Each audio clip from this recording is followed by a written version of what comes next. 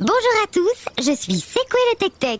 Savez-vous ce qu'est le tri sélectif? Je vous explique aujourd'hui de quoi il s'agit. Qu'est-ce que le tri sélectif? Le tri sélectif est l'action qui consiste à séparer dans différentes poubelles les déchets que nous produisons. Chaque jour et aux quatre coins de la planète, nous créons des tonnes de déchets néfastes à l'environnement. La dégradation d'un sac plastique prend parfois un millénaire. Nous ne pouvons pas stocker indéfiniment tous les déchets dont les décharges en plein air. Il faut recycler. C'est pourquoi le tri sélectif a été inventé.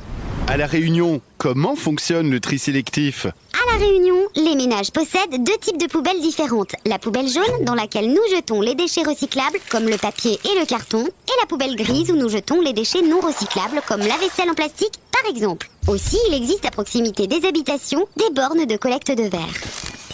Des calendriers de ramassage des déchets ont été mis en place selon les communes. Collectés par des camions spécialisés, ils sont emmenés en centre de tri pour une transformation en balles. Pour les déchets végétaux et encombrants, ils devront être séparés, sortis la veille du jour de collecte, déposés dans la mesure du possible devant chez soi.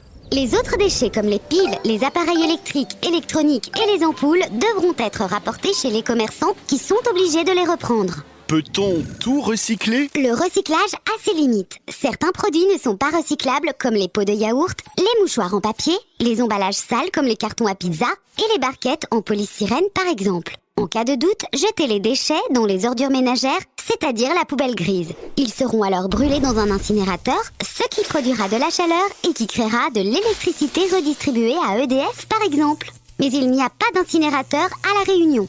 Sinon, les déchets seront mis en décharge, ce sont des lieux spécifiques sécurisés pour jeter nos ordures. Attention, les dépôts sauvages réalisés sans autorisation sont interdits. Ils provoquent la prolifération des rats et des gîtes larvaires de moustiques qui apportent des maladies et polluent l'environnement. Et que pouvons-nous créer grâce au recyclage du tri sélectif? Selon la nature du déchet, on pourra le recycler. Prenons quelques exemples. Les journaux et les magazines peuvent être recyclés en papier. Les bouteilles et les flacons plastiques en jouets ou en vêtements polaires.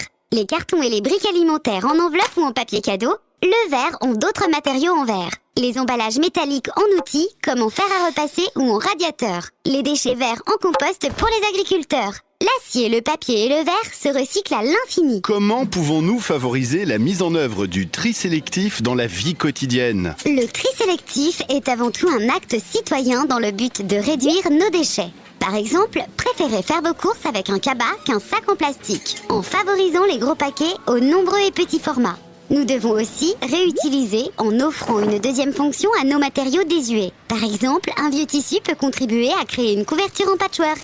Nous devons également réemployer, c'est-à-dire réparer des objets cassés ou les léguer à d'autres personnes. C'est avec ces gestes éco-citoyens au quotidien que nous pourrons réduire nos déchets et favoriser le tri sélectif. J'espère que vous avez bien compris ce qu'est le tri sélectif. À bientôt pour un nouvel épisode.